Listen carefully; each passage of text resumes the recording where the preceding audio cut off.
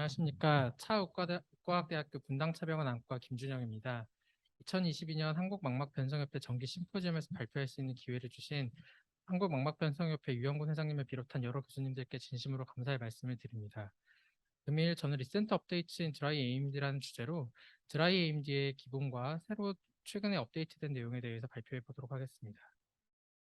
제 발표는 Introduction, Dry AMD의 Previous Classification, Updates in Intrusion, Updates in Geographic Atrophy로 구성되어 있습니다. AMD는 에이징에 따른 디제너레이티브 체인지로 인해서 마큘라 펑션이 저하되는 질환으로 전 세계적으로 비가역적인 블라인드니스의 리딩 커즈입니다. 한국인에서 드라이 AMD 유병률은 얼리가 120만 명으로 약 6%, 레이트가 약 0.6%의 유병률을 보이고 있습니다. AMD의 리스크 팩터로는 연령, 인종, 흡연, 비만, 고혈압, 유전학적 요인 등이 있겠습니다. 에이징에 따라 망막에는 여러 가지 변화가 생기게 되는데, 먼저 포토리셉터의 밀도와 분포가 감소하고 RPE의 리포폭신이 축적되며 브루크스 멤브레인이 두꺼워지게 됩니다. 그리고 코로이달 캐필라리와 코로이달 시크니스는 감소하게 됩니다. 망막 세포에서 되사되고 남은 노폐물들이 쌓여 안저사진상에서 흰색 또는 노란색 점 형태로 보이는 병변을 우리가 그동안 드루젠이라 불러왔고, 드루젠이 다발성으로 나타나면서 망막의 위축성 변화를 보이는 질환을 AMD라고 불러왔습니다. 아레즈 클래시피케이션은 기존의 분류법으로 1999년 아레즈 스터디를 디자인하는 단계에서 처음 만들어지고 사용되기 시작하였습니다. 분류의 기준은 드루젠의 크기와 개수, 지도 모양 위축의 침범 부위, 신생혈관의 유무 등이며, 메인 기준은 드루젠의 크기가 되겠습니다. 잘 아시다시피 아레즈 카테고리 1은 드루젠이 없거나 few 스몰 드루젠이 보이는 경우로 no AMD, 아레즈 카테고리 2는 멀티플 스몰 드루젠이 있거나 few 인터미디에이티드 드루젠이 보이는 경우로 early AMD, 아레즈 카테고리 3는 한 개 이상의 라지 드루젠이 있는 경우로 인터미디에이트 AMD, 카테고리 4는 신생혈관이 있거나 중심부 지오그래픽 아트로피를 보이는 경우로 어드밴스드 AMD라고 부르고 있습니다. 드루젠은 RPE와 브루크막 사이에 막성 찌꺼기가 침착된 것인데요. 그것이 점점 합쳐지면서 크기가 커져 드루제노이드 PED로 이어질 수 있겠습니다. 그 아래에 공간이 생기면 맥락막에서 신생혈관이 쉽게 자라들어 올 수 있고, 맥락막 모세혈관의 소실이나 지도 모약 위축의 형성에 중요한 역할을 하는 복합체는 보체가 활성화되면서 형성되는데요. 이 컴플리먼트 패스웨이와 관련된 물질도 드루젠에 포함되어 있는 것으로 알려져 있습니다. 이렇게 중요한 드루젠은 안저 사진에서 화이티쉬하고 옐로우한 닷으로 관찰되는데, 아래에 있는 사진들에서 관찰되는 이 사진들에서도 드루젠들이 모두 같은 것일까요? 현미경과 OCT 등 촬영 기법이 발달하면서 드루젠에도 여러 가지 종류가 있다는 것이 밝혀지고 있습니다. 큐티큘러 드루젠은 여기 있는 병리 사진 D에 해당하게 되겠습니다. 꽤 가파른 마진을 가지고 있고 더 덴스한 유리질 성분을 가지고 있습니다. 이에 비해 사진 F에 해당하는 소프트 드루젠은 비교적 크기가 크며 완만한 경사를 가졌습니다. 그 사이의 E는 경성 드루젠에 해당하겠습니다. 큐티큘라 드루젠은 황반에서 미드 페리페리까지 관찰되며 소프트 드루젠은 황반부에서 가장 많이 관찰됩니다. 드루젠은 마치 동맥경화와 비슷한 모습으로 형성되게 되겠습니다. 여기 그림에 노란 원들로 표현된 리포프로틴 입자들이 브루크막 사이에 축적이 되고, 맥락막 모세혈관과 아우터 레티나 사이에 일종의 트랜스포트 배리어를 형성하게 됩니다. RPE의 베이살 라미나와 브루크막의 이너 콜라게네스 레이어 사이의 얇은 지지자층인 프리베이살 리니어 디파짓은 이렇게 오목한 플레인을 만들게 되고, 프리베이살 리니어 디파짓과 연결되는 베이살 리니어 디파짓은 초미세 현미경의 발달과 함께 지질 융합과 저장에 관여한다는 것이 알려져 있습니다. 이러한 과정에서 과산화물이 된 지질은 일종의 사이토톡시시티를 가지게 되어 병적 변화가 일어나게 되겠습니다. 이러한 연구가 점차 진행되면서 구조적으로 다른 위치에 발생하는 침착물들도 함께 확인하게 되었습니다. 베이살 리니어 디파짓과 베이살 라미나 디파짓도 나이 관련 황반 변성에서 특이적인 침착물의 일종인데요. 베이살 리니어 디파짓은 RPE의 베이살 라미나와 브루크막의 안쪽 콜라겐층 사이에서 관찰됩니다. 베이살 라미나 디파짓은 RPE의 원형질막과 RPE의 베이살 라미나에서 관찰됩니다. 이렇게 임상적으로 보이거나 확연히 구분되는 것은 아니지만 이렇게 병리 조직 사진에서 관찰되고 분류되고 알려졌습니다. 결국 우리가 안저에서 보는 것은 극히 일부다라는 것을 알 수 있게 되었고요. 이렇게 오른쪽 사진에서도 보시면 컨벤셔널 펀더스 포토보다는 레드 프리 이미지에서 드루젠을 더 잘 보여주고 있고, OCT에서는 RP 엘리베이션이나 RP 디제너레이션을 시사하는 하이퍼 트랜스미션 등도 보여주고 있습니다. 이렇게 새로운 촬영 기법이 나오고 점점 발달하고 해상도가 올라가면서 우리가 확인할 수 있는 것들의 한계도 점차 낮아지고 있습니다. 망막을 촬영하는 여러 모달리티가 발달하게 되면서 LPU와 브루크막이 이루는 밴드 위쪽에 OCT상에서 리플렉티브한 물질들이 관찰되었습니다. 처음에는 맥락막에서 드루젠을 닮은 물질들이 만들어지는 것이라 생각했다가 OCT가 적극적으로 사용돼 2010년경부터 정확한 위치를 알 수 있게 되었는데요. 학자들은 이를 가성 드루젠이라고 명명했습니다. 드루젠과 일부 단백질 요소를 공유하고 있으며 그 아우터 세그먼트 멤브레인의 침착물과는 확연히 구분되었기 때문에 해당 위치의 침착물을 망막하 드루젠성 침착물, 즉 서브레티널 드루제니드 디파짓으로 부르기도 합니다. 망막하 드루젠성 침착물이 발생하는 기전에 대한 가설은 여러 가지가 있는데요. 그 중에서 지질과 아포리포프로틴 E 같은 단백질이 생리학적으로 따르는 사이클에 따라 생성되었다가 리그레션 된다고 보는 의견이 있습니다. 그림에서 보시는 바와 같이 혈장에서 LDL과 LH들이 리포필릭한 필수 성분인 비타민 E, A, 루테인, 콜레스테롤을 운반해서 LDL 리셉터 또는 스캐벤저 리셉터를 통해 베이소레터럴 RPE로 들어갑니다.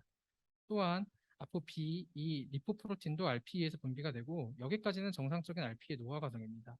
그런데 브루크막의 세포의 기질에 바인딩에서 축적이 되게 되고 나이가 들면서 계속 진행하고 그 침착물이 이렇게 3번과 같이 RPE 외부인 이 위치에 쌓이면 베이설 리니어 디파짓 그리고 RPE 내부이긴 하나 어, 저기 SDD라고 써있는 위치에 쌓이면 엄밀한 의미의 기존 드루젠 위치가 아니기 때문에 슈도 드루젠 혹은 서브레티날 드루젠에도 이렇게 디파짓으로 부르게 됩니다.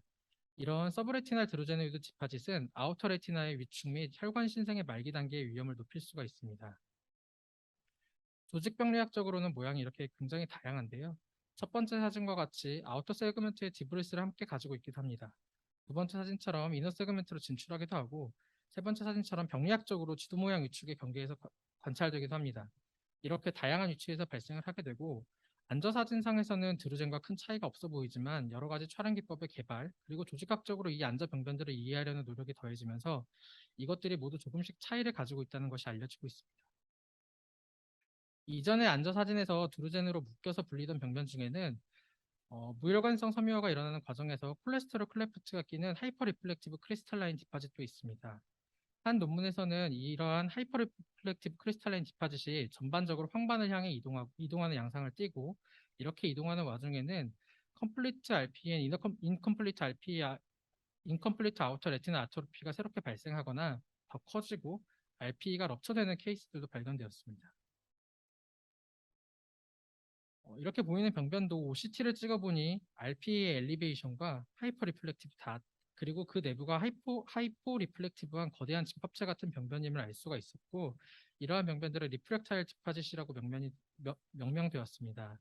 안저 사진으로 볼 때는 비슷하게 보일지 몰라도 이렇게 추출된 NIR 사진을 보면 병변 1, 2, 4와 3은 확실히 구분이 되고 특히 OCT로 관찰을 하게 되면 하이 리플렉티비티를 가진 하이퍼 리플렉티브 크리스탈라인 디파짓은 OCT 디텍터를 세츄레이션 시켜서 이미징 아티팩트를 만들어 구분이 가능하게 되기도 합니다. 그 외에도 이렇게 드루젠과 다른 여러 가지 형태의 침착물을 피노타입 5가지로 분류해서 각각이 지도 모양 위축의 진행에 있어 어떤 관계가 있는지를 후향적으로 분석한 연구가 있는데요. 여기서 말한 RPD는 아까 앞에서 말씀드린 슈도 드루젠과 같고 비텔리폼 마테리얼이라 하면 일종의 컴플리트한 캐릭터를 의미한 것입니다. 5가지 피노타입을 모두 산입해서 리니어 믹스드 모델을 만들고 분석한 결과 슈도드루젠과 피그먼트 에피셀리 디태치먼트가 이렇게 애뉴얼 프로그레션 레이트의 양의 방향으로 기여한다는 것을 알 수가 있었습니다. 이렇게 다양한 드루젠에 대한 퍼더 클래시피케이션과 이를 활용한 연구들은 결국 패소피지올로지 이해뿐만 아니라 시력에 영향을 주는 프로그레션 마커를 제공하는 의미가 있다고 볼 수 있겠습니다.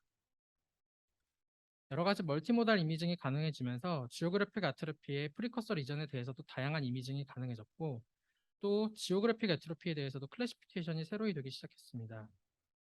특히 2017년에 발표된 아트로피 리포트는 RPE 아트로피가 없이도 포토리셉터 아트로피가 발생할 수 있다는 발견에 근거해서 OCT를 기반으로 두 가지 컴포넌트가 일어나는지 안 일어나는지 또 완전한지 불완전한지를 각각의 OCT 파인딩에 근거해서 판단 기준을 만들고 컴플리트 RPE 앤 아우터 레티나 아트로피 즉 C로라 인컴플리트 RPE 앤 아우터 레티나 아트로피 I로라 컴플리트 아우터 레티나 아트로피 CO라 인컴플리트 아우터 레티나 아트로피 IO라의 히스톨로지 캔디데이트 4가지로 분류를 하게 되었습니다.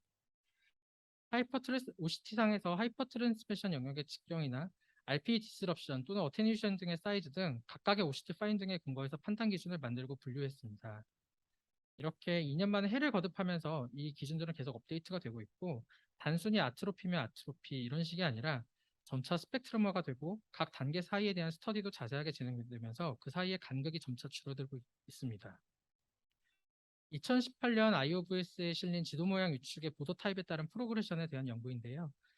그림 사진 A처럼 테두리가 스무스하고 아우터 레티나에 얼터레이션이 없는 레귤라 보더, 그리고 사진 B처럼 마진이 이레귤라하고 아우터 레티나에 얼터레이션이 심한 이레귤라 보더, 사진 C처럼 RPE 베이스먼트 멤브레인 컴플렉스가 이너 파트와 아우터 파트로 스플리팅 되어 있는 스플리팅 보도로 구분하여 연구를 진행하였습니다. 관찰 결과 레귤라 보도나 이레귤라 보도에 비해서 스플리팅 보도에서 연간 프로그레션 속도가 훨씬 빨랐습니다. 즉 이러한 노력들은 프로그레션에 대해서 연구를 하기 위한 목적으로 이루어져 있습니다. 이것은 2020년 자마 옵살몰로지에 실린 지도 모양 유축에 관한 다른 연구입니다. 아우터 뉴클리어 레이어 시크니스 맵을 망막상의 위치와 피험자 연령을 고려해서 표준화를 해서 만든 것인데요. 그림 A에서 보이는 블랙 아웃라인은 RPE 아트로피가 있는 영역을 나타낸 것이고, 그림 B에서 보이는 노란색은 베이스라인의 지오그래픽 아트로피, 그리고 옥색 라인은 1년 후 팔로우업한 지도 모양 유축의 범위입니다.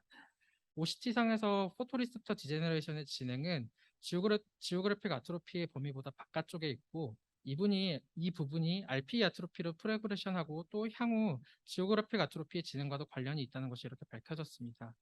방금 말씀드린 앞페이지의 연구와도 관련이 있는데요. 레귤러한 보도를 가진 경우에 비해 무언가 주변에 얼터레이션이 심한 경우에 이렇게 진행이 더 빨랐다는 것을 가늠할 수가 있겠습니다.